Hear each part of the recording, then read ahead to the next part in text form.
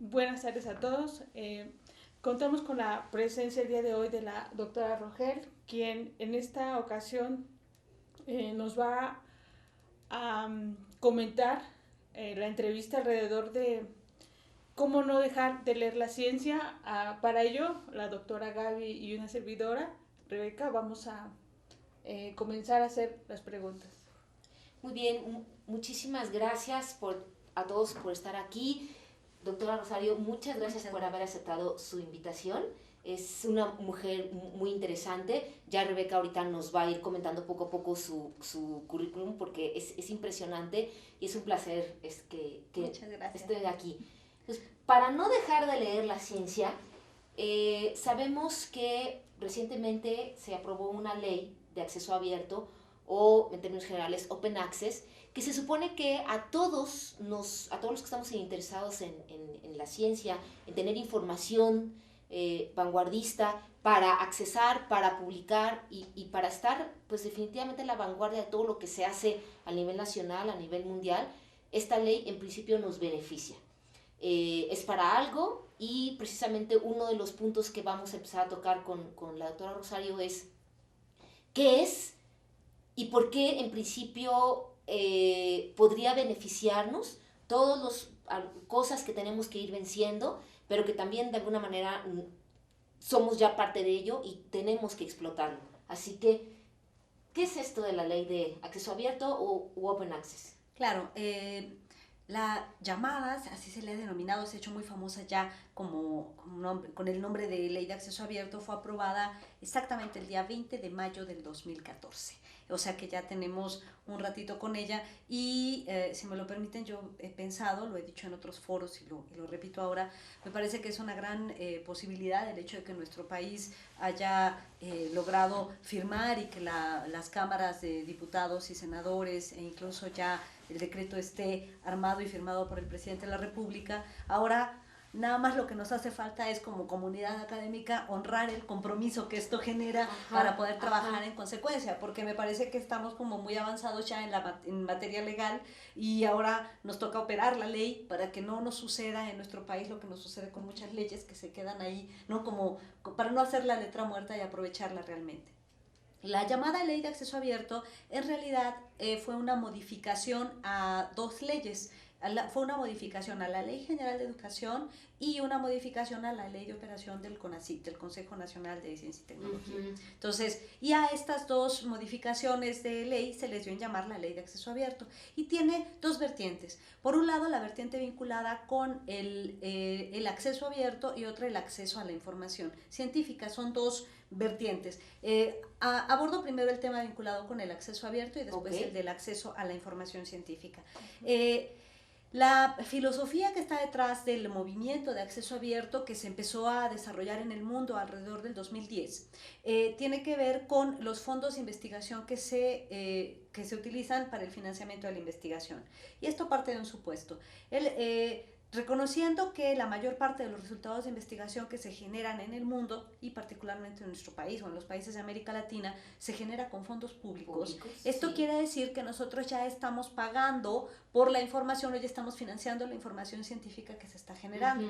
Y cuando esta información científica se convierte en una publicación que puede estar a lo mejor editada por una editorial comercial, nosotros tendríamos que pagar por tener acceso a esa publicación, con lo cual estaríamos pagando dos veces por la misma información, una vez en el momento en que la financiamos y una segunda ocasión cuando queremos tener acceso a ella en forma ya de proceso final editado.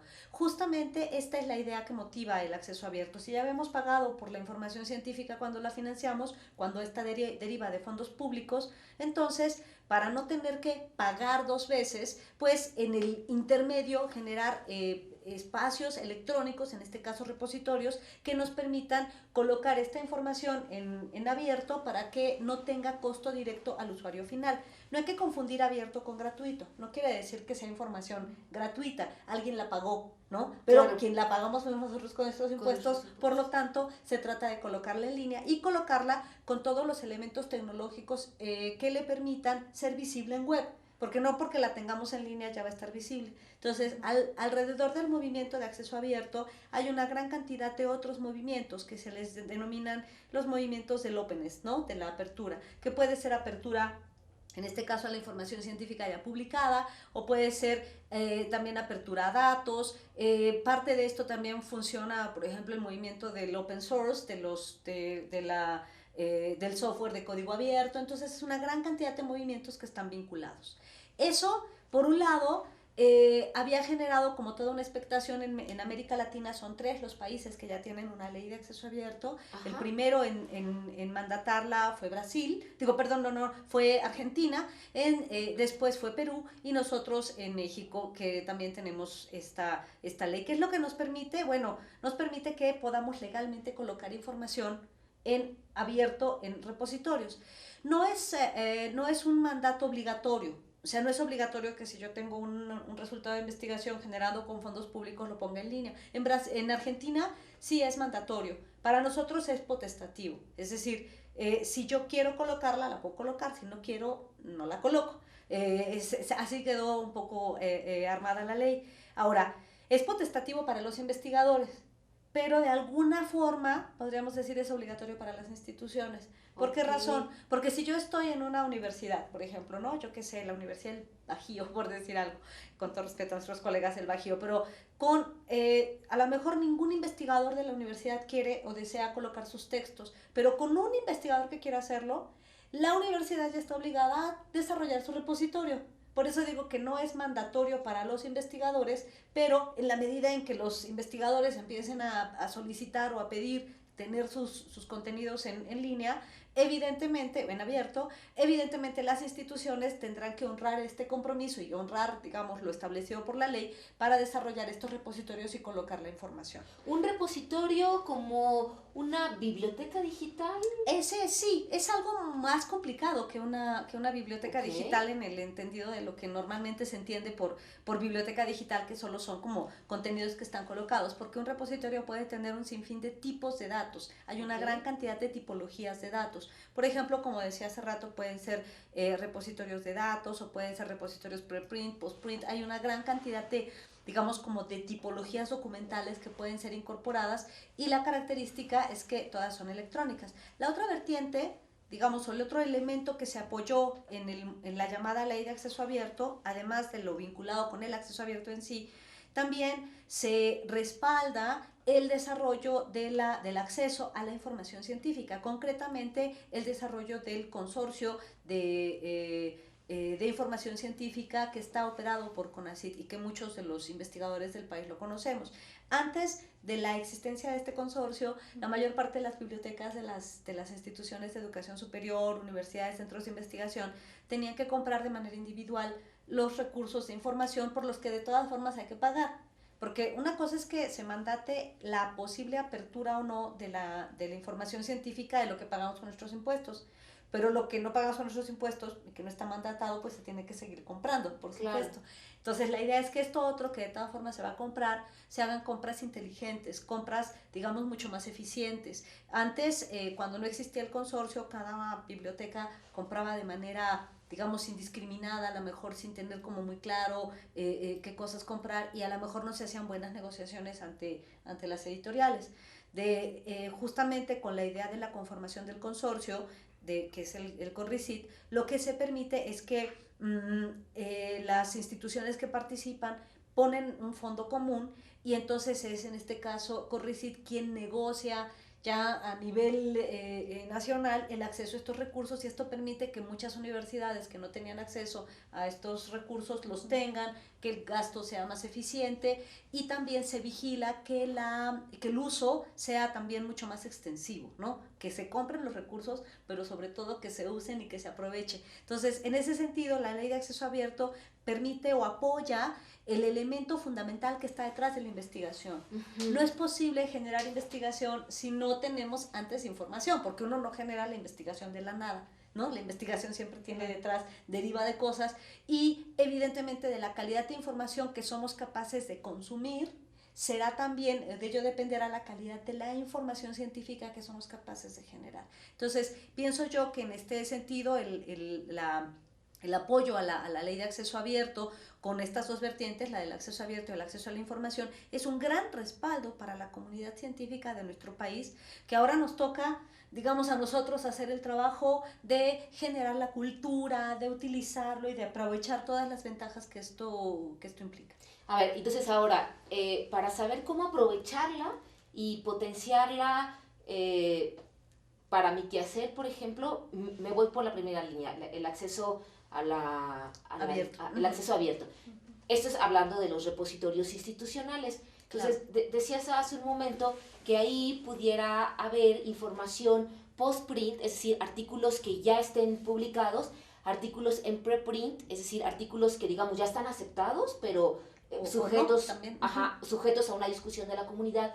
Pero también puede haber otro tipo de información, como tesis, como, no sé, experiencias de aula, por ejemplo, Claro. datos que pudieran formar parte de este conjunto de información accesible para otros, que a todos nos sirva para discutir sobre datos y sobre cosas que nos haga una comunidad. Entonces, primero, sí, esa es la idea, que pudiera existir un repositorio así. Y segundo, por ejemplo, yo cómo proteger, si yo quiero poner ahí un conjunto de datos que obtuve de la experimentación directa con mis alumnos, o un profesor que experimentó a lo mejor una puesta en escena novedosa con a lo mejor algún medio tecnológico o alguna propuesta y quiere compartir qué fue lo que pasó ahí y lo quiere compartir como datos. ¿Cómo eso, primero, cómo protejo esta propiedad intelectual? Porque finalmente estamos empezando a hacer ciencia. ¿Cómo protejo esta información intelectual? Pero además, la idea es que entonces eso forme parte como de comunidades, que todos los podamos consultar. ¿Cómo pudiera ser eso posible? Sí, son como tres preguntas y permíteme abordarlas empezando por el tema de los tipos de repositorios para luego pasar a la cuestión legal y luego la conformación de comunidades. Justo con el movimiento de acceso abierto se faculta, porque el acceso abierto, por supuesto, solamente es en el ámbito del tecnológico, ¿no? Esto me parece como muy importante decirlo, es decir, digital. No está peleado el acceso abierto con la posible o eventual venta de libros. No sé si me explico, sí, ¿no? Sí, Puede ser que a lo mejor yo tenga un libro en papel, ¿no? Que me interese distribuir físicamente y venderlo como cosa, pero la versión de la información en abierto es la que se estaría como mandatando en este caso. Sé que existe una gran discusión en términos del papel y lo digital. A mí me parece que en el caso de la ciencia ya no hay vuelta. Es decir, todavía en la parte de creación literaria podemos estar discutiendo y podemos decir que tenemos esta añoranza al papel y todas estas cosas, pero en el ámbito de la ciencia, el desarrollo tecnológico justamente nos ha llevado a los soportes electrónicos, particularmente porque nos permiten una mayor maleabilidad del tipo de información y nos permite que sea mucho más veloz y nos permite muchas cosas que el papel no nos permitía. Ahora, concretamente hablando de las tipologías documentales que pueden ser encontradas al interior de los repositorios, se tendría que decir que hay distintos tipos de repositorios de acceso abierto.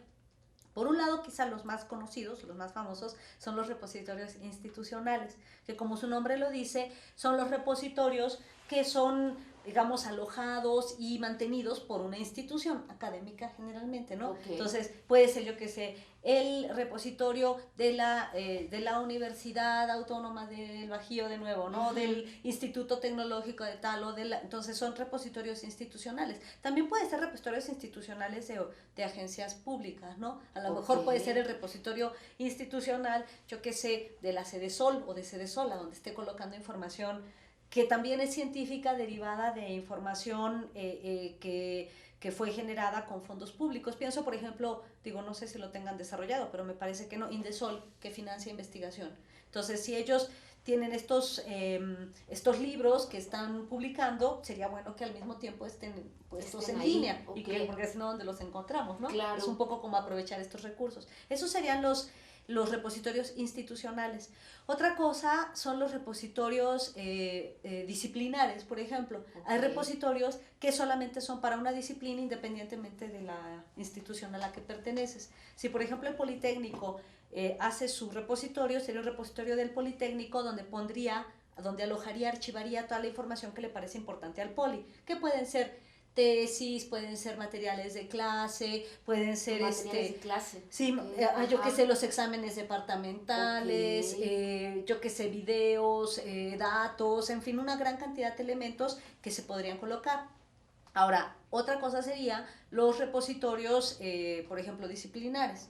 Los repositorios disciplinares son repositorios que no responden a la colocación de información solo de una institución, sino de una disciplina. Les podría poner el ejemplo que quizá está vinculado con matemáticas para ustedes, que es el repositorio Archives. Así se escribe, Archive como de archivo. Este repositorio está desarrollado en la Universidad de Cornell, pero no es no es institucional de Cornell, o sea, no es que la Universidad de Cornell pone ahí todo lo que ellas quieren, sino es para puros datos de física y matemáticas.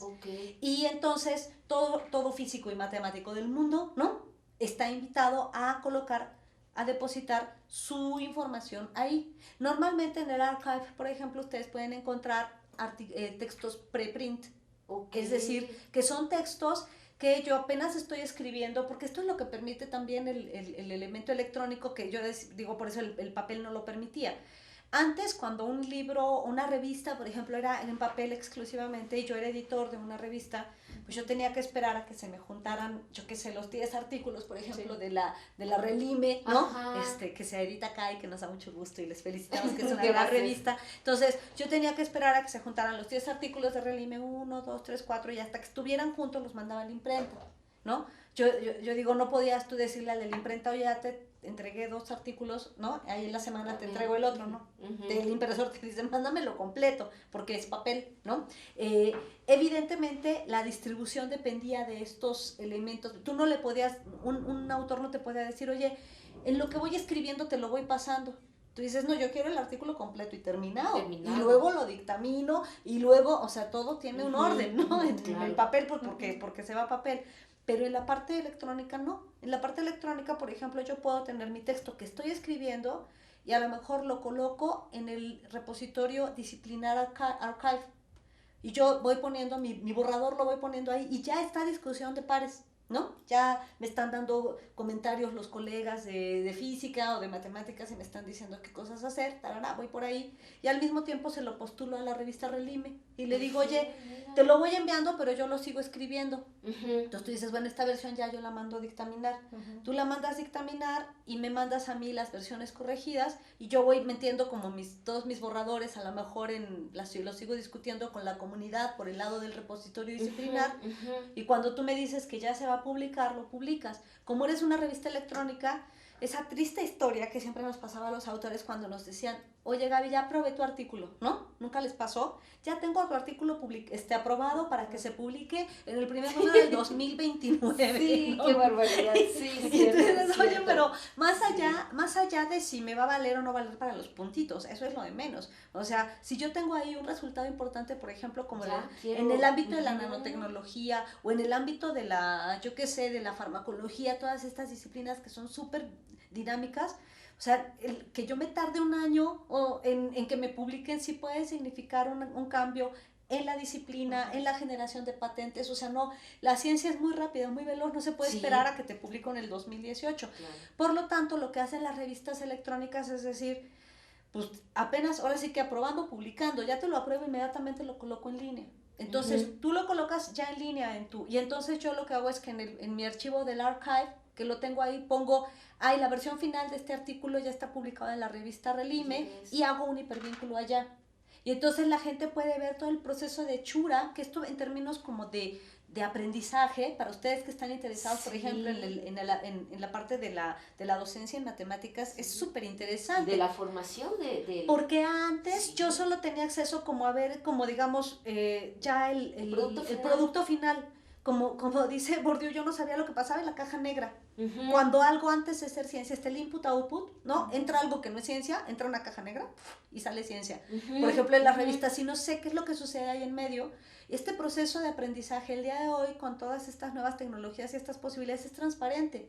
Entonces yo podría ver cómo ha sido el proceso de mejora o de, digamos, o de consolidación de una información o de un conocimiento, si yo le sigo la pista desde que era un borrador que está en el archive, que está ahí colgado, veo las distintas versiones, hasta que yo veo la versión ya publicada. Eso en términos de enseñanza, por ejemplo, a un profesor que tú le estás enseñando a alguien cómo investigar, tú le dices, no es así, hay quién sabe qué pasa en la caja negra, sino vas con tus estudiantes, por ejemplo, y les dices, mira, revísate, por ejemplo, el proceso de publicación de este texto, desde que era un draft, ¿no? ¿Cuáles fueron las distintas posibilidades hasta que terminó en publicado? Y a lo mejor después un texto que lo va a contradecir, también como en toda esta dinámica que crea, y ahí lo vinculo con la idea de la construcción de comunidades, que tú me decías, porque vamos, una comunidad es comunidad en tanto tiene algo en común, ¿no? Y dialoga y construye en conjunto. Si yo estoy de manera independiente haciendo cosas y no me voy vinculando,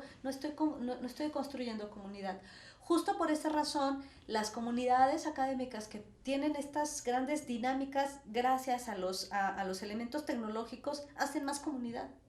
Hacen más comunidad porque te estás vinculando con gente de otros lados, no importa que no estén. En el caso, por ejemplo, de los repositorios de datos, que yo sé que acá a lo mejor no son luego a veces tan conocidos, pero si yo coloco mis datos en un repositorio y los dejo ahí, evidentemente con la debida atribución autoral, ahora hablo de eso, y a lo mejor por ese repositorio pasaba un investigador interesado y dice, oye, este resultado es muy similar al mío, no me tiene que venir a conocer a México si él está en Sri Lanka. O sea, con que mande un correo en un idioma que entendamos todos, porque a lo mejor yo no hablo lo que hablan en Sri Lanka, ¿no?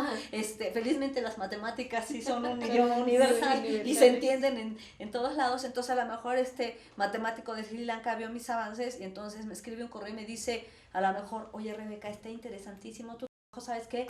Quiero que hagamos yo te comparto también mis datos que están acá, vamos escribiendo un texto juntos, vamos vinculando a nuestros estudiantes y él puede nunca venir y seguir en Sri Lanka y tú acá y pueden escribir juntos, colaborar y hacer comunidad independientemente del face to face, que esto es lo que permite. Por eso digo que la ciencia, sí, al momento de liberarse del soporte en papel exclusivamente, porque sigue existiendo, permite como otras cosas.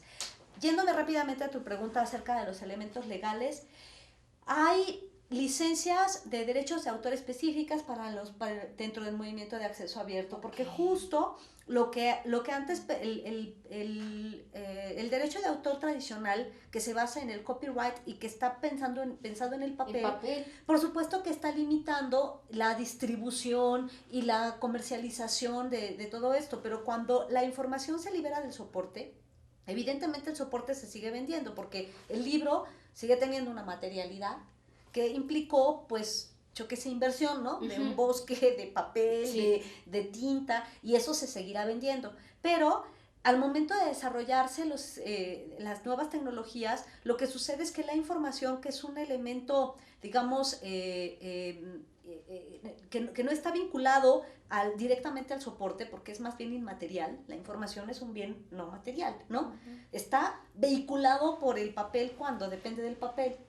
Pero cuando ya no depende del papel, la información se separa, o sea, se puede separar de su vehículo normal y entonces este elemento inmaterial, pero que es un bien, ¿no? Digamos, también la pura información, se coloca en línea y entonces yo la puedo distribuir, copiar, hacer independientemente de que no tenga soporte. Sí.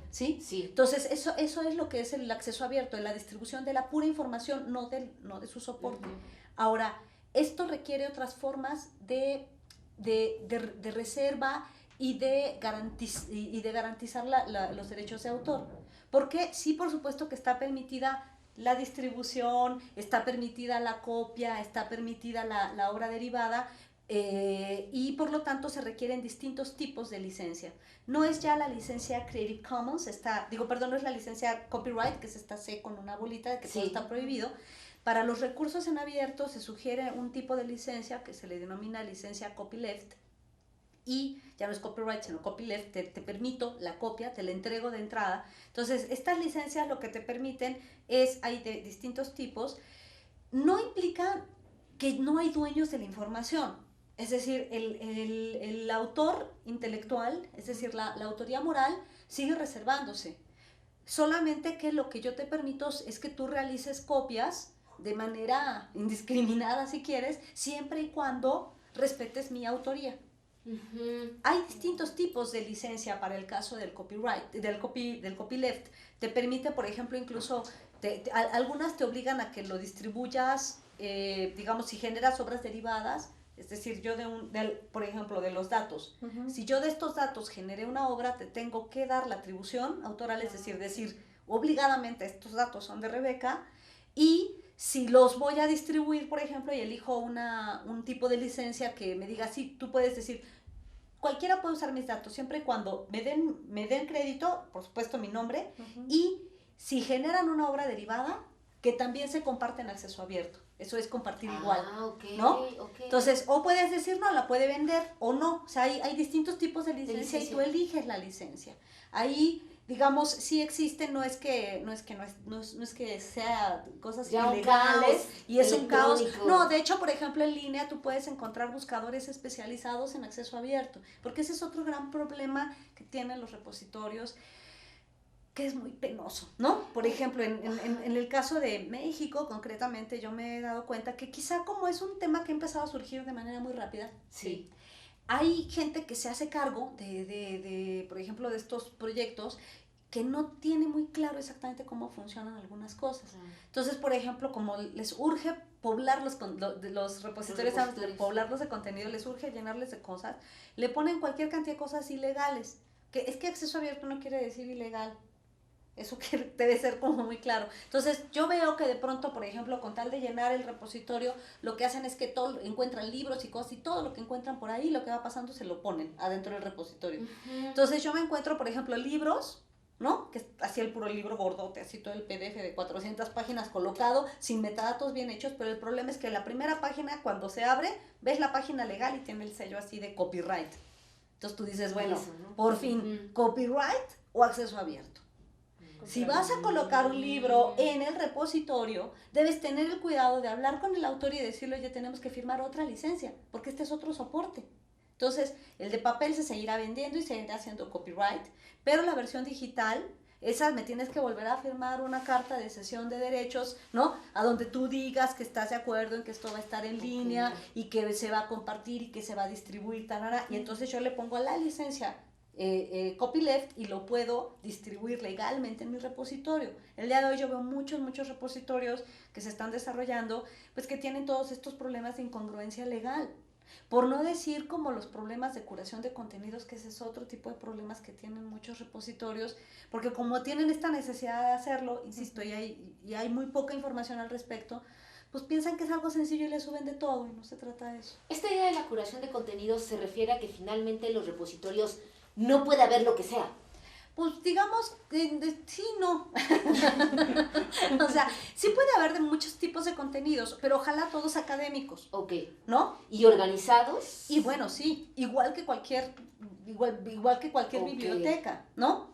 Decías hace un momento, es una biblioteca digital, sí, de alguna forma. Y así como las bibliotecas en papel, uno llega y pues se encuentra un estante donde está la literatura ¿no? Y encuentras en otro estante, no vas a encontrar la astronomía al lado de la ciencia ficción, aunque pudiera parecer, sí, bueno, pero no necesariamente, ¿verdad? Ajá. Entonces, del mismo modo, los contenidos deben estar curados, pero lo más importante, antes de la curación de contenidos, tiene que haber políticas institucionales al respecto. Por ejemplo, si va a ser un repositorio institucional, la institución tiene que dictar políticas desde su área de abogados o de donde sea, y decir, por ejemplo, ¿no?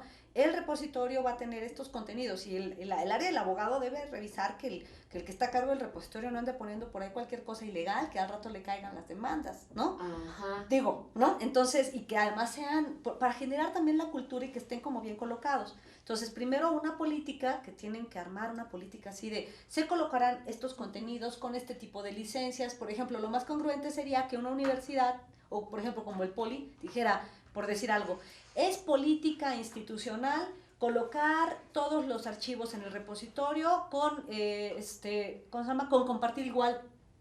O sea, que si tú generas obras derivadas, se comparte igual, por decir algo, pero esa es una con ese tipo de licencia. por decir. Okay, o sea, no estoy diciendo que tenga que ser así, sí, pero digo, a lo mejor la institución decide que esa es su política, porque quiere ser muy abierto, ¿no? Eso significa que las políticas pueden cambiar de institución a institución. Por supuesto.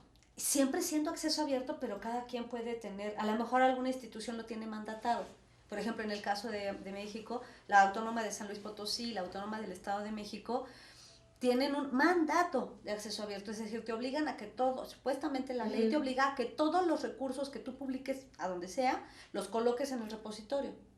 Pero luego tienes que ver cómo le hacen para hacer operativo ese mandato, ¿no? Okay. O sea, si yo publico un artículo en una revista Springer, por decir algo, ¿no? Y esta revista Springer a lo mejor no es Open Access, entonces la institución me tendría que decir cuánto tiempo, a lo mejor tengo que, después de que se cumple el periodo de embargo, lo tienes que colocar forzosamente, ¿no? Este tipo como de hacer operativas las cosas, eso por el lado de hacer las políticas, por decir otra cosa, las tesis, ¿no? Sí tiene, pero tiene que estar por escrito, ¿no? O sea, que la política de la institución será que todas las tesis deberán estar en línea, por ejemplo, ¿no? O nada más las de posgrado, o nada más las que sacaron mención honorífica, estoy inventando. Sí, pero es la política de la institución que te mandate, que está ahí puesta, y después te hace cumplirla. Eso por un lado. Y después de que tienes ya las políticas armadas, bien definidas y congruentes al espíritu, digamos, y a la, ¿no? Y a la ideología de tu propia universidad, ¿no? Después de eso, hacer las tipologías documentales para ver qué es lo que va a entrar. Hay repositorios que se les llaman de contenidos verdes y los que son de contenido dorado. Okay. Los repositorios de contenido verde o el Green Open Access, que se le llama, es todos los contenidos académicos. Esto es muy importante, solo pueden ser contenidos académicos. Lo digo porque he visto repositorios de nuestro país, lo digo de una vez, abiertamente, no importa, ya, espero que si me censuran ni modo, pero lo diré. He visto repositorios que tienen, por ejemplo, difundidas circulares. Sí, ya vi una circular así que decía, todos los autos que no circulan, favor de guardarlos en el... No, o sea, ese no es un contenido, digamos, propio, ¿no? Tiene que ver con la vida académica, pero no es algo que la gente esté buscando en un repositorio, por Dios. O sea, quienes hacen los repositorios, por favor, tengan piedad. Ese tipo de información no es información propia para repositorios. Eso, con ponerlo en un memorándum, no en un correo electrónico, basta. Tampoco pongan invitaciones la otra vez vi uno que tenían unas invitaciones para un concierto de jazz, ¿no? Claro. Se les invita a que vengan al concierto de jazz, qué bueno, que vayan, pero que no pongan ese flyer en un repositorio. A eso eso no es propio, eso, o sea, estaría hablando de una inadecuada curación de contenidos, porque se ve que están subiendo de todo con tal de llenar, y no se trata de eso. Entonces, haces tus tipologías documentales y dices, tesis, y dentro de tesis a lo mejor tengo diferenciado tesis de posgrado y tesis de licenciatura, o yo que sé, ensayos diferentes yo que sé, a lo mejor pues las distintas formas como de titulación que puede haber, ¿no? Y a lo mejor pongo en un segmento diferente los que recibieron mención honorífica, y a lo mejor si alguna de esas tesis fue publicada posteriormente como libro, le pongo el vínculo a... Okay. Para que se tenga como una lógica documental. A lo mejor si van a hacer materiales de clase, por un lado voy a poner, yo que sé, videos, pero por otro lado voy a poner PowerPoints, pero por otro lado voy a poner como la clase frente a grupo. Entonces vienen mis tipologías, y hay algunas instituciones que seleccionan los contenidos y que dicen, no va a ir cualquier tipo de material didáctico.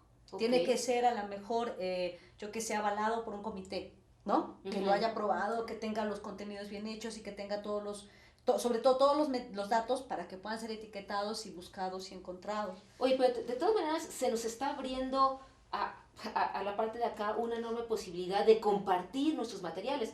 Ahorita acabas de decir, por ejemplo, que puedo subir un material didáctico con las políticas del repositorio, pero que tenga anexado un video, y que tenga anexado una base de datos, y que tenga anexado un breve análisis. O vínculos a otros repositorios. O vínculos a otros. O sea, nos estás abriendo una posibilidad enorme para compartir nuestra propia información. Ya no nada más, ahorita nos vas a hablar de cómo podemos acceder a esa información, dónde buscar, pero esto es, yo también puedo tengo medios para compartir la información que desde mi propio quehacer estoy generando. Claro, para compartir y para conectarte, porque el día de hoy, digamos, o sea, justo esa es la idea de Internet, esa es la idea de la red, ¿no? Claro. La red no en el sentido de web, sino red en el sentido como de vínculo, ¿no? Que tú te puedas vincular y estar como, estar en contacto, por eso decía, hablaba yo mucho como de las posibilidades que da de crear comunidad, y una comunidad que no se reduce a la comunidad de mi propia facultad o de mi institución, claro, o de mi disciplina incluso, ¿no? Sino establecer estos vasos comunicantes, espacios de vínculo con otras disciplinas, con otros, son las capacidades de comunicación las que se hacen exponenciales con todo este proceso. La verdad es que resulta, yo sé que puede parecer un mundo como demasiado amplio y no lo es tanto. Pienso que es más o menos, cuando uno empieza a entrar, empieza a darse cuenta como de las diferencias que puede haber en términos de esto. Hay, por ejemplo, una universidad, una institución podría tener su repositorio institucional, y dentro de su repositorio institucional la parte del contenido verde, que era la que hablaba hace un momento, y aparte la parte del contenido dorado. El contenido dorado, lo que le llaman el Gold Open Access, sería particularmente lo que es resultados de investigación publicados en revistas científicas. O sea, como que no todo es igual, ¿no? En ciencia. O sea, el Gold Open Access es particularmente la revista científica, ni siquiera el libro, ¿no? Ni siquiera el libro de texto, ni siquiera la tesis. O sea, todo eso es verde. Lo único que es dorado es la revista científica. Ahora, estas revistas científicas que son que se pueden hacer los repositorios de acceso, los repositorios de acceso dorado, pueden ser de dos tipos. Pueden ser, por ejemplo, los institucionales, que serían a donde a lo mejor, por ejemplo, el Poli podría colocar sus revistas dictaminadas, que las estén colocando todas separadas de lo verde, porque eso siempre tiene como, digamos, vale más en términos como de ciencia. Pero, por ejemplo, también se empiezan a desarrollar otro tipo de proyectos por parte de las editoriales comerciales, que antes todo lo que tenían era como de venta, ahora empiezan a tener también un gran trecho que están haciendo para poner los textos en acceso abierto, aunque muchas de estas editoriales lo que hacen es cobrarle a los autores para que los textos estén en abierto. Antes el costo corría a cargo del lector, ¿no? O sea, las bibliotecas, no eras tú como persona, sino la biblioteca la que pagaba por comprar el acceso a las revistas.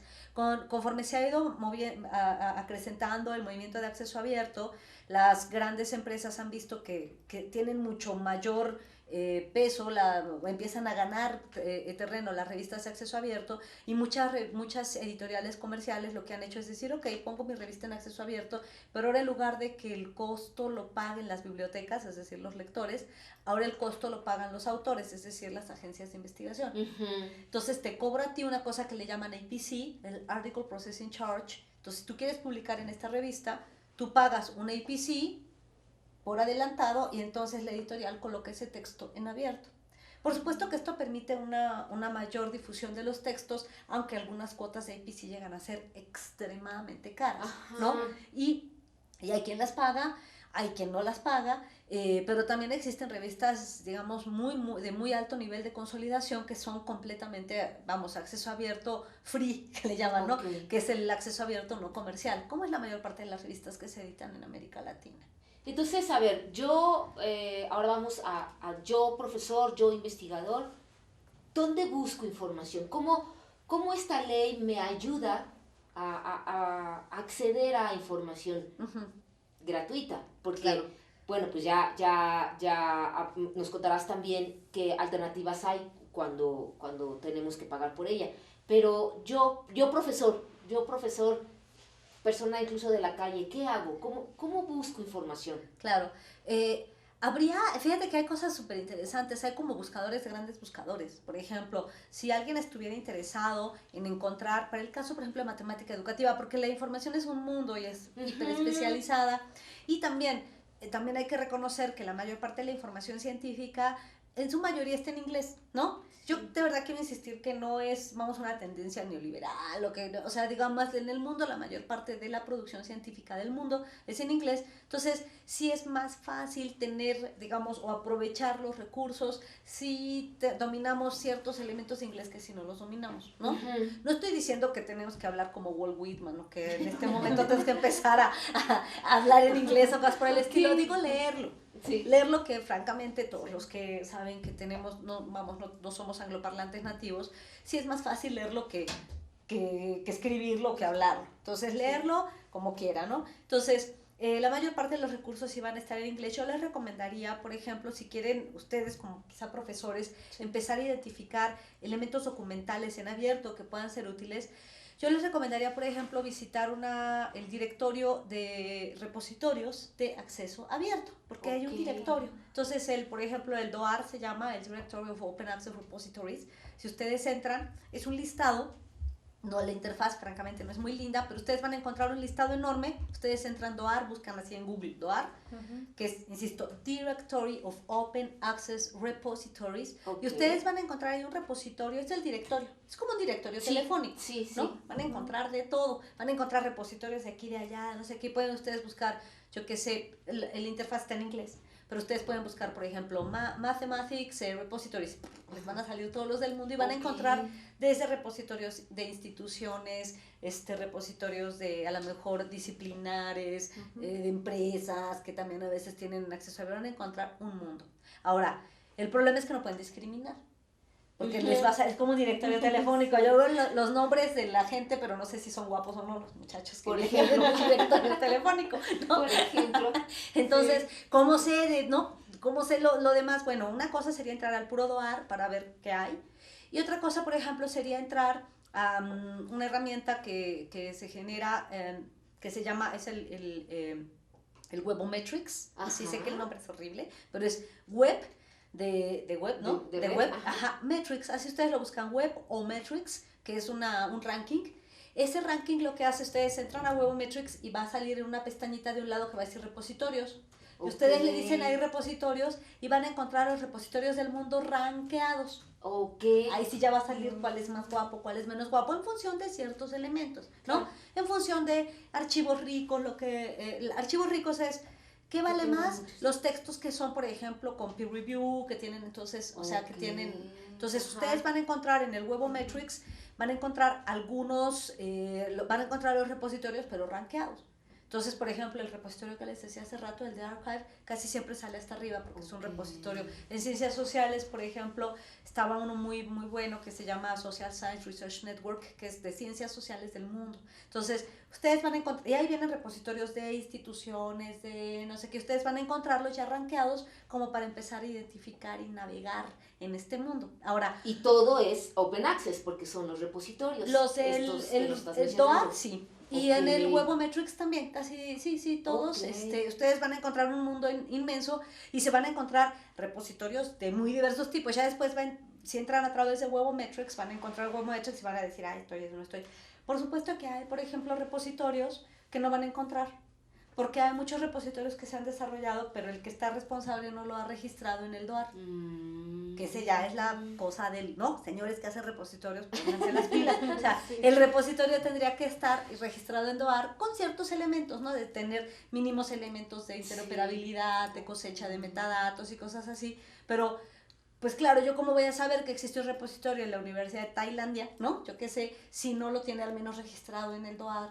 Para que, y luego que aparezca rankeado para ver cómo queda rankeado en términos de contenidos y de lo que tienes.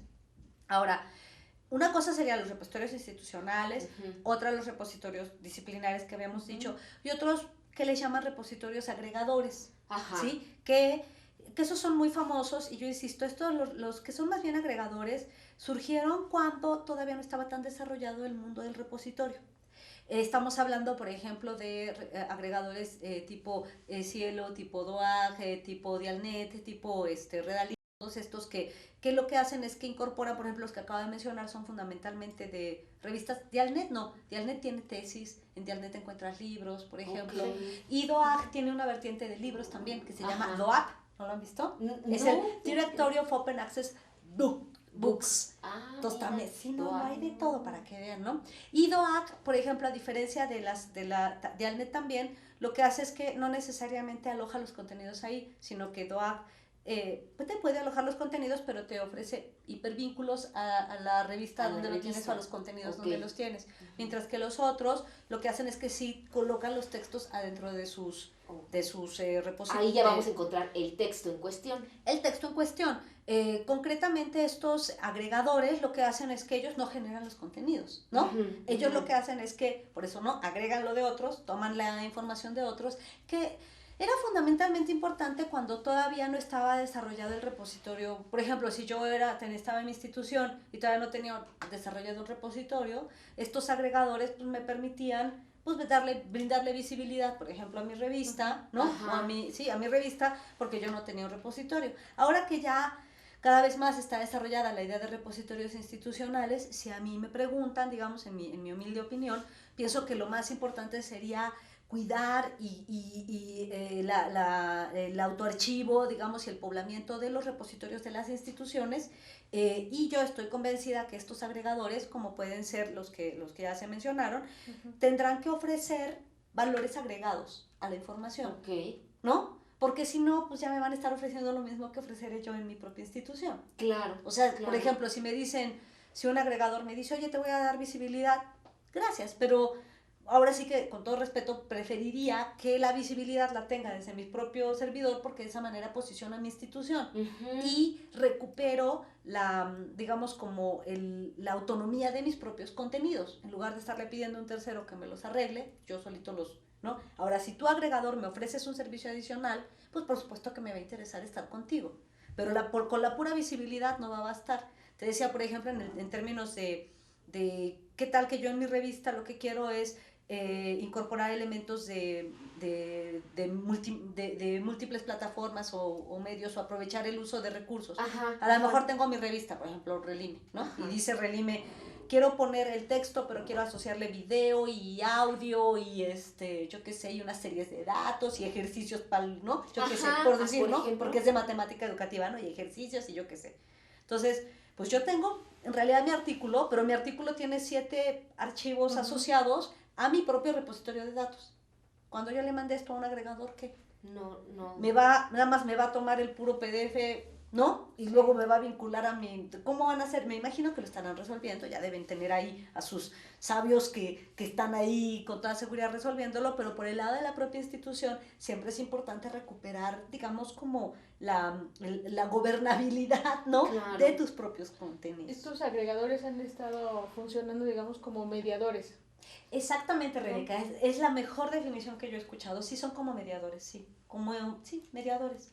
Porque cuando uno consulta, cuando no, digamos, no está en una institución oficial y no tiene acceso a tanta información, es lo primero que encuentra. Entonces es como el acceso directo. En ese sentido iba un poquito, supongo, la pregunta de la doctora Gaby. Uno como profesor que no tiene, digamos, una alta información, colocaba a lo mejor palabras clave y tiene que ir como distinguiendo qué información me sirve este artículo, no. Entonces, supongo que ahora con los repositorios va a ser posible como clasificar y definir bien qué información voy a poder considerar o utilizar, no importando si estoy en un proceso de formación o no. Claro. O a lo mejor yo puedo generar como mis propias herramientas. O sea, me imagino, por ejemplo, que a lo mejor tomé Webometrics, por ejemplo, para identificar los repositorios mejor rankeados, o el DOAR para identificar repositorios de mi área. Yo puedo entrar directamente a todos estos repositorios y casi todos ellos tienen algunas herramientas, como pueden ser los canales RSS. No sé si los han visto, es un cuadrito anaranjado que está colocado. Entonces, que esos son como unos, digamos, alertas. Entonces yo digo, este repositorio está buenérrimo, pero no voy a estar todos los días revisándolo porque pues, tengo una vida, ¿no? O sea, no voy a estar ahí dándole. Pero entonces lo que hago es que le pucho el botoncito anaranjado, clac, y entonces me va a mandar alertas. Y entonces yo le voy a decir a este repositorio, oye, cuando llegue algo nuevo sobre tal tema, ahí me mandas una alerta a mi correo. O no a mi correo, pero me lo manda a mi propio navegador, ¿no? O sea, en mi navegador me salen los avisos de, oye, ya hay un nuevo texto guardado, un no sé qué, entonces yo estoy como cuando te llegan las alertas de que te Sí. llegó un nuevo WhatsApp, hazte Sí. cuenta, pero que ese le agregó algo nuevo al repositorio. Entonces tú eliges tus repositorios de confianza, por decir, o los que tienen que ver con tu clase o con tu investigación, lo que tú haces. Entonces no tienes que estar todo el tiempo entrando, perdiendo la vida ahí, sino dices, ay, ya encontré estos repositorios que están buenos, ¿no? Me suscribo al canal de RSS de estos y me va a estar entregando como alertas de cuando hay cosas como nuevas. Me voy a estar enterando, ¿no? Y, por ejemplo, si es un repositorio preprint, me estoy enterando casi automáticamente de los textos que se están escribiendo ahorita. De cómo se está generando la ciencia. No, ya, sí, es un en mundo. vivo. Sí, es un en vivo. Lo has dicho, Ajá. nunca mejor dicho, porque lo que nosotros veíamos ya con el postprint, o sea, lo que conocemos como el papel ya publicado, es la ciencia que ya se generó, ya está, ya fue. O sea, para ver la que se está haciendo, pues usted tendrías que ver los preprints, ¿no? Los datos. Y aprovechar el uso, por ejemplo, de todas las redes sociales de ciencia que hay, ¿no? Que hay un montón. Claro. Sí, los Facebooks y Twitters, pero de ciencia, ¿no? Sí. Como el ResearchGate, como el SciUlike, el Academic Edu, todos estos a donde en lugar de compartir mi foto, que también, ¿no? O sea, puedo compartir mi foto pero a lo mejor no es como para cosas personales o de amigos, sino puedo compartir mi artículo que acabo de publicar sobre este tema y se generan comunidades, así como uno encuentra a esos amigos de la secundaria que ya no había visto, los encuentra en Facebook, bueno, así en estas redes sociales de ciencia uno encuentra colegas que están trabajando los mismos temas que uno en otras partes del mundo. Entonces, por ejemplo, hablando de nuestra plataforma de DocenMat, ¿podemos ligarnos? Sí. ¿Podemos hacer crecer nuestra propia DocenMat y pues sí, crecerla en todo sentido? A veces hasta con el vecino, que el vecino puede ser que ni siquiera sepa, ¿no? Claro. Pero es decir, hacerla crecer regional, nacional. Sí, a esto se le llaman herramientas de la web 2.0. O sea, ustedes le pueden agregar estas herramientas de redes sociales para empezarlas a vincular. Y lo bueno de cuando uno le incorpora herramientas de la web 2.0 es que también esto te permite generar una cosa que le llaman indicadores altmétricos. Es decir, no los tradicionales indicadores de, yo que sé, que generan los índices bibliométricos, que las índices citas y factor de impacto y eso que son como los consolidados y tal, sino los indicadores alternativos que se generan, por ejemplo, sobre directamente un artículo, sobre el posicionamiento en redes sociales de un investigador. O sea, por ejemplo, ¿cuántas veces tuitearon tu artículo? ¿No? Tuitearon, ya ni siquiera es que lo hayan leído, no, al menos no, ya tuitearon. Pero lo tuitearon. Mira, porque son comunidades así claro. súper dinámicas. Ahora, uno como quiera, porque pues uno es todavía de esta era, digamos, como un poco, ¿no? Somos una era híbrida. Transición rara. ¿No? Sí. Pero los muchachos que vienen, o sea, los que son nuestros estudiantes, digo, de verdad, sí, ya son generaciones que vienen mucho más informatizadas y tienen mucho más dominio de todos estos elementos y pues pienso que es nuestra obligación ofrecerles un mundo acorde, ¿no? Que dejarles toda esta información ya más o menos organizada para que la puedan explotar mejor de lo que nosotros hicimos. Claro, porque hoy por hoy el poder está en la información, ya lo pero decía. tenemos que saberla manejar, en efecto, saberla buscar, sí. saberla encontrar, o sea, sí. es porque sí. es complicado. Sí, lo decía Foucault, información es poder, pero yo diría que la información, si está desorganizada, entonces no es conocimiento. Claro. O sea, para que una información se convierta en conocimiento tiene que estar organizada y ser aprovechada. Si no, no es conocimiento, solo es información, ¿no? Sí, es así como un montón de piedras no hacen una casa, ¿no? Mucha información que no esté organizada y no se aproveche en comunidad no es conocimiento. Okay. Sí.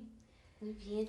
¿Alguna otra comentario, Rebeca? Yo por mí, me queda muy claro, es un panorama complejo, tenemos que entenderlo muy bien, pero sí, creo que nos has planteado un panorama de organización. Sí, me parece que tenemos como más... Y perderle miedo a las cuestiones electrónicas, se trata como también de saber buscar. Yo a veces me doy cuenta, la otra parte que ya no quizá abordamos, y me voy a permitir tomar un momentito porque hablamos mucho de acceso abierto, pero todavía falta la otra parte que tiene que ver con acceso a la información, que yo soy de la idea de que lo tenemos que aprovechar muchísimo. Gracias a la creación del consorcio de información científica. Consorcio de información científica de ciencia y tecnología, es el CONRICIT, del CONACYT. Gracias a la creación del CONRICIT, el día de hoy ya muchas cientos de universidades e instituciones de educación superior en el país tenemos acceso a la compra consorciada que se hace de recursos que todavía son de paga. Entonces todavía son de paga y ya hay una compra consorciada que es mucho más inteligente y están los accesos. Incluso si ustedes entran al CONRICIT, por ejemplo, ustedes van a encontrar, le ponen CONRICIT, y hay una parte que es una parte de capacitación virtual. Entonces, para saber buscar. Sí, o sea, como luego uno es remenso y no entiende y dices, oye, ¿cómo le hago para encontrar la información? Entonces virtualmente los del CONRICIT dicen, bueno, no, como sabemos que hay problemas, hay handicaps enormes de uso de la información, tú puedes entrar, por ejemplo, al centro de capacitación virtual y capacitarte en el uso de los propios recursos. Tú dices, ay, a ver, ¿cómo le hago para buscar en este recurso, en estas cosas? ¿Yo, cualquier persona, puedo entrar al CONRICIT? Mira, cualquier persona que forme parte de la comunidad científica del país, porque es información científica. O sea, que esté en alguna universidad. Sí, por ejemplo, todas las universidades que forman parte del consorcio, pues tienen, por supuesto, que acceso a la información que se compra de manera consorciada. Desde sus campus. Profesores, estudiantes, administrativos, sí, desde sus campos, pero además de eso también el propio CONRICIT te ofrece una herramienta de acceso remoto. Tú tienes que entrar, te registras, das tu correo electrónico, no sé qué, unos datos, y ellos te dan una clave para que tú puedas revisar esta información por la que ya paga nuestro país, desde tu casa, desde la tranquilidad de, yo qué sé, de cuando estás en la playa, ¿no? Donde quieras, mientras tengas acceso a internet, por supuesto podrás tener acceso a la información si eres parte de la comunidad de una universidad que forma parte del consorcio. Ahora, evidentemente esta información es digamos, particularmente para las universidades que forman parte del consorcio, y lo que hacen muchas universidades, incluso también privadas, es que empiezan a sumarse al consorcio porque es una compra de recursos mucho más eficientes. Ahora, el tema es que desde este consorcio la información se compra con accesos ilimitados. Entonces, si ya lo tenemos, vamos, ya está pagado por adelantado. La pregunta es, pues, ¿sería mejor que si sepamos que esto existe y que lo podamos usar? Prácticamente, por ejemplo, todos los investigadores que forman parte del SNI, todos los investigadores que son miembros del Sistema Nacional de Investigadores, tienen, por supuesto, posibilidad de simplemente con dar su número de registro del SNI, y es ahí, pues, te dan tu clave de registro y tienes derecho por ser miembro del sistema. Si eres estudiante de posgrado, todos los estudiantes de posgrado que están en el PNP, del CONACYT, por supuesto que también tienen acceso a. Ahora, si el posgrado no está en el PNP, pero la institución forma parte del CONRICIT, también tienen acceso. Ahora, en el caso a lo mejor de una persona que no forma parte de la comunidad científica, si estuviera interesada, bueno, con acercarse a una biblioteca, digamos, que forme parte del consorcio, podría tener acceso a esta información. Y quizá lo importante en este caso sería como difundir el uso de estos recursos de información que ya está pagando nuestro país entre los estudiantes. Y yo siempre les digo a los muchachos, a mis alumnos, miren, pues ya no me voy a enojar si usan mistareas.com y Gusanito y esas cosas, ¿no? Pues ya que no se los puedo prohibir, pues no. Si me lo permiten, es como, o sea, como tampoco le podría prohibir a alguien que vea solo pornografía, pues bueno, que la vean. Ahora, que de vez en cuando lo hagan realidad también estaría bien, ¿no? Bueno, en el caso de la información es lo mismo. No le podemos prohibir a nuestros estudiantes, a lo mejor de licenciatura de posgrado, que consulten estas páginas que la verdad tienen algunas dudas respecto de su calidad. Lo importante sería que ellos sepan que hay información de calidad que está disponible, que hay mucha información de calidad que esté abierta, como por ejemplo esto que está vinculado a los repositorios, y que el mismo trabajo que les da buscar en gusanito.com o como se llaman estas páginas, les da buscar en un repositorio de calidad, ¿no? Entonces que ellos como que decidan y vean, lo pongan y lo valoren. Y también, digamos, no les cuesta ningún trabajo registrarse en el digamos, pedir su acceso remoto y hacer búsquedas también en la información que está comprada. Me parece que esa es nuestra labor como docentes. Es lo que te iba a decir, pasa en realidad por investigadores y docentes. Sí, uno como docente tendría que ser digamos, como una preocupación, ¿no? Claro. Enseñarles a los muchachos y decirles, yo incluso a mis estudiantes les pongo como a veces el ejercicio y les digo, a ver, para que vean que no les miento, o sea, sobre este tema, busquen en Gusanito y en mis tareas, pero también busquen en estos repositorios y también busquen en esta información del consorcio. O sea, busquen en todos. Y una vez que quiero que me hablen no del contenido, sino del tipo de información que encontraron. Ok. Que ustedes me hablen de su experiencia en la búsqueda. Y que lleguen y me digan si de verdad es más difícil buscar en un repositorio, si de verdad es más difícil buscar en el Conrecit. ¿Y qué te han llegan dicho? diciendo, ¿Qué te han dicho? no, doctora, sí, es que cuesta el mismo trabajo. Pues sí, la única diferencia es que ahí tienes información de calidad, que ya está, que está verificada. Sí, Y sí, la sí, otra sí. no lo es. Y pienso que si nosotros somos capaces, o sea, por eso digo, no prohibírselos. Porque sucede lo que sucede con Sí, todos los no, no, adolescentes cuando les prohíbes algo. Ahí Si no van a les dices, consultar primero. tú mismo encuentra la diferencia. Y pero claro, para que uno como profesor se los pueda decir, uno lo tiene que haber experimentado antes. Porque como les dices a los muchachos que vayan a ver que hay una diferencia de tipo de contenidos y de lo que te ofrece y de las herramientas que hay, pues cuando tú mismo no lo has explorado. Claro. Entonces, no tienes idea uh-huh.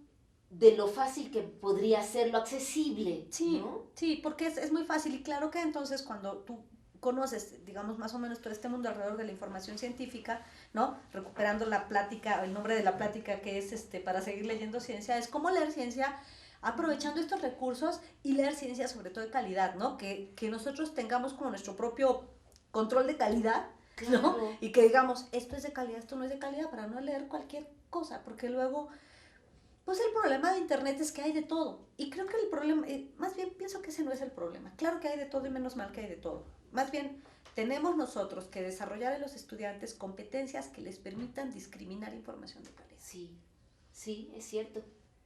Es Sí, cierto. debería ser parte de las competencias, ¿no? Sí, que se evalúan. discriminar. Es que hoy por hoy sí, discriminar información. Sí, porque no todo es de calidad, francamente. Claro. Sí.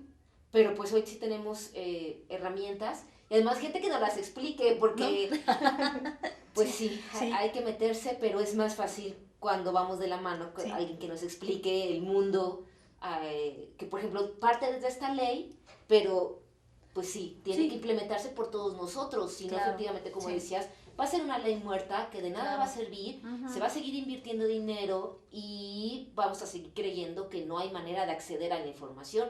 Claro. Y no, ahí está la manera, está en nosotros el desarrollar esas herramientas. Claro, sí. Y también hacer votos porque quienes se hagan cargo del desarrollo de los repositorios en las instituciones sean personas que tengan un perfil adecuado y si no lo tienen que al menos se capaciten.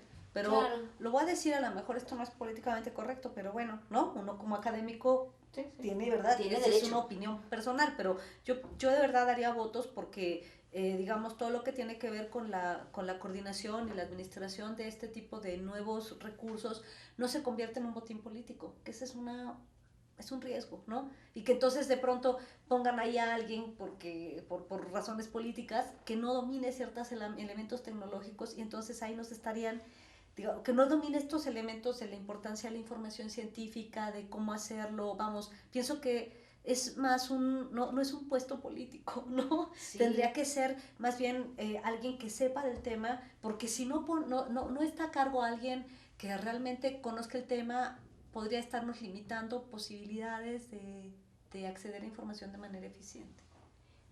Nos está impidiendo maneras de acceder a la información eficientemente. Qué fuerte, Rosario, qué fuerte. Pues es que así pasa a veces, ¿no? Bueno, no sé, pienso que a veces pasa así en algunas universidades. Claro. No sé. Pero bueno, igual y estoy convencida que también muchos digamos, directivos, ¿no? Claro. De las instituciones académicas tendrán la sensibilidad para decir, aquí hay que poner gente que sepa el tema, ¿no? Claro, es también solo es conocimiento. todas las decisiones, por supuesto, son decisiones políticas, ¿no? Pero quizá también reconocer que en este caso una decisión política tiene que pasar forzosamente por el dominio por el conocimiento del tema, ¿no? Okay. Si no nos van a poner en un aprieto a todos los académicos. Pues ¿no? sí, Sí, pues sí. sí. Y no vamos a aprovechar las ventajas que ya tiene el hecho de que se haya aprobado la ley, ¿no? Claro. Uh-huh. Pues a todos nos toca, ¿no? Todos tenemos algún poquito de responsabilidad en todo esto, sí. Pero es un mundo muy lindo, por supuesto. Por supuesto. La doctora Rogel tiene amplia colaboración en este proceso desde que inició, nos decía que había intervenido. Sí, estuve desde el muy de principio. cerca, la verdad tuve la gran fortuna de formar parte del equipo de trabajo que estuvo al lado la ley de acceso abierto. Fue una iniciativa de ley que originalmente postuló Ana Lilia Herrera, que es la senadora por el Estado de México, que justamente ayer dejó de pidió permiso para ser senadora y ahora va a estar como secretaria de Educación en el Estado de México, pero una persona sensible que entendió de qué se trataba. La verdad es que yo le reconozco mucho, se sentó así, nos sentó a algunos, digamos que conocemos el tema y nos dijo, explíquenme qué es, ¿no? Y le dijimos, mira, va de acá. Entonces ella promovió la ley y entonces tuvimos la gran oportunidad junto con colegas de CONACYT, también algunos colegas de la Autónoma del Estado de México, que estuvimos ahí atrás, ¿no? Tratando como de ver de qué manera se delineaba. Y para mí fue una experiencia enriquecedora de verdad, porque yo no sabía cómo, francamente, pues yo no sabía cómo era todo el proceso de legislativo, de que tienes que hacer, que la propuesta, no sé qué, que vienen y que hablan con, no, es un dolor de cabeza, ¿no? Y que tiene que aprobarse en la Cámara Alta, en la Baja, ir, venir.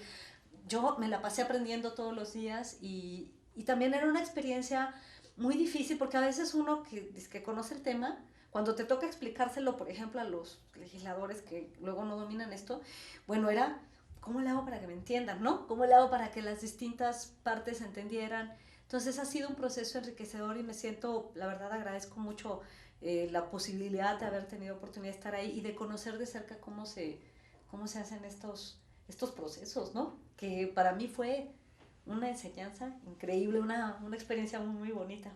Porque difícil, pero nos comentaba bonita. que era México es el tercer país que de América Latina. de América Latina. Y seguramente ha podido como tener una visión también de los otros dos países que sí, fíjate que, por ejemplo, en el caso de Brasil, por ejemplo, el caso de Argentina, que lo discutió, de hecho, meses antes, como 3 meses antes de nosotros, ellos lo aprobaron, y por ejemplo, en el caso de Brasil, ellos aprobaron una ley un poco diferente a la nuestra, porque la de ellos sí fue mandatoria.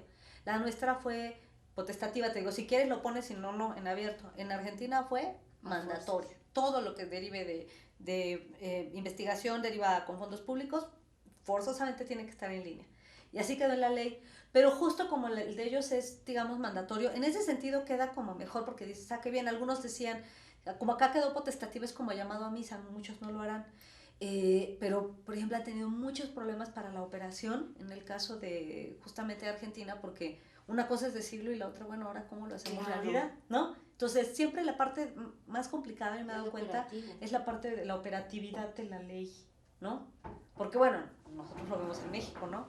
Están prohibidas un montón de cosas, pero como dice un amigo, el semáforo es un punto de vista, ¿no? Así, ¿no? Es una opinión.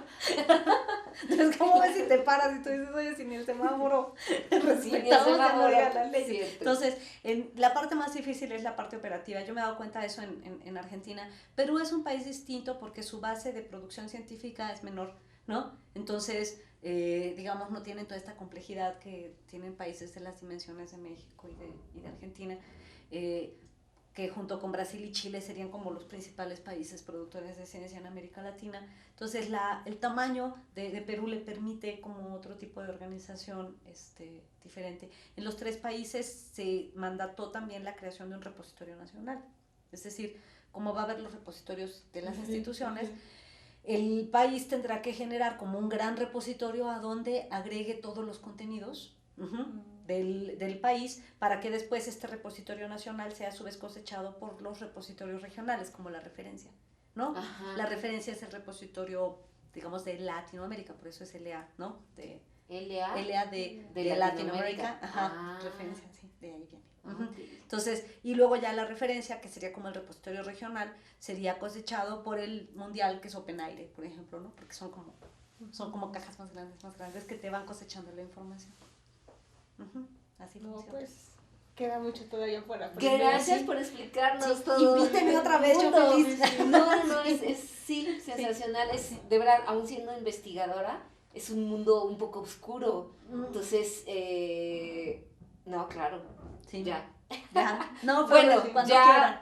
Sí. Un poquito, no, muchísimas gracias. Y yo creo que a todos los colegas de DocentMat también va a ser súper útil. Sí, yo encantada. Sí, y mantente en contacto, sí, Rosario, por yo favor. Ahí ya somos amigos. Ya vas a pertenecer, también en DocentMat. DocentMat la vamos a agregar también. No, yo feliz de agregarme, y si me hacen preguntas y todo, yo ahí ¿no? Perfecto. Participo también. Con muchísimo gusto, por supuesto. Colegas, sí. Aprovechenla. Sí, pues muchísimas gracias. Sí, agradecemos la valiosa colaboración en esta ocasión de la doctora Rosario, quien es profesora e investigadora de la Universidad Autónoma del Estado de México, así que muchas gracias. Muchas gracias a ustedes por la invitación, de verdad, ¿no? Y gracias a todos los alumnos de Docen Mat y Exactamente. profesores también. Sí. Bueno, pues hasta la próxima.